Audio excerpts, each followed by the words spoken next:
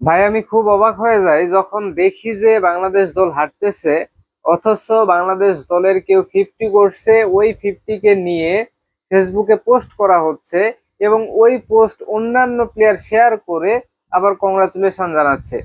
বাংলাদেশের ক্রিকেটারদের চিন্তা ভাবনা, মাইন্ডসেট কোন জায়গায় আপনারা একটু দেখছেন? এই যে বাংলাদেশ প্রথম ম্যাচ আপনার নিউজিল্যান্ডের সাথে হারলো, নিউজিল্যান্ড বললে তো ভুল হবে, নিউজিল্যান্ডের এটা সি টিম, ধরেন কানাডার সাথে হারলো। হ্যাঁ, এই ম্যাচটাতে সাইফ হাসান একটা 50 করছে, 76 বলে না 74 বলে একটা 50 করছে, যেখানে তার 50টা বলই ডট, 50টা বলই ডট। এই 50 করার পর সে ফেসবুকে পোস্ট করছে, আলহামদুলিল্লাহ, মোর টু কাম। হ্যাঁ, এইরকম 50-র দরকার আর বাংলাদেশে নাই ভাই। হ্যাঁ, এইরকম 50 করার দরকার আপনার আর নাই। মোর টু কাম আপনি যে লিখছেন, আসার দরকারই নাই। এইরকম 50 আপনার ব্যাট থেকে আসার কোনো দরকারই নাই। যেই ম্যাচে বাংলাদেশ হারবে সেই ম্যাচে আপনার 50-র দাম আছে কোনো? এক পয়সারও দাম নাই। এই এই এই এই এই 50 করাকে কেন্দ্র করে অন্য আরেকজন ক্রিকেটার আবার পোস্ট করছে, কংগ্রাচুলেশন। হ্যাঁ, এগিয়ে যাও, সামনে আরো আসবে। ভাই চিন্তা করেন, তাইলে নিজেদের জায়গা ধরে রাখার জন্য এরা কি করে?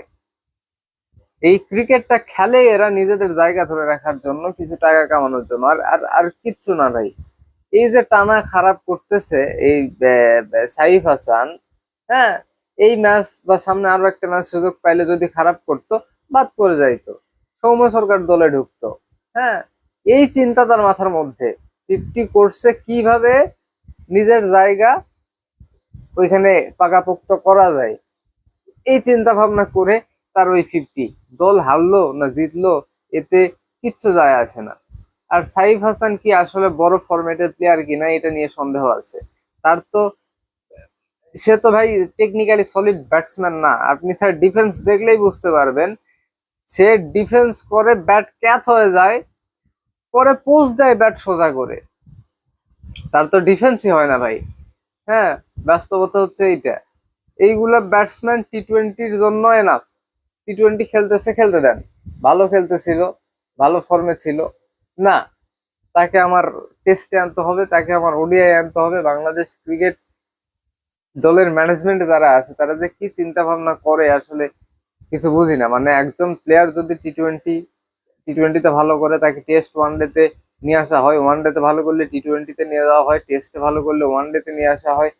মানে এইরকম চিন্তা ভাবনা কেন? সাইফ হাসান সে টি-20-তে ভালো করছে, টি-20 তাকে ইচ্ছা মতো খেলতে দেন। হ্যাঁ, টি-20-তে অত টেকনিক্যালি সলিড ব্যাটসম্যানের দরকার নেই, হিট করতে পারলেই হইলো, সেটা তো পারতেছিল। তাকে আপনারা নিয়ে আসলেন ওডিআই। হ্যাঁ, সৌম্য সরকার ফর্মে আছে, সেই প্লেয়ারকে বসিয়ে রেখে আপনারা তাকে খেলাচ্ছেন বাম হাতি ডান হাতি কম্বিনেশন করার জন্য, আর দলের এদিকে মারা সারা।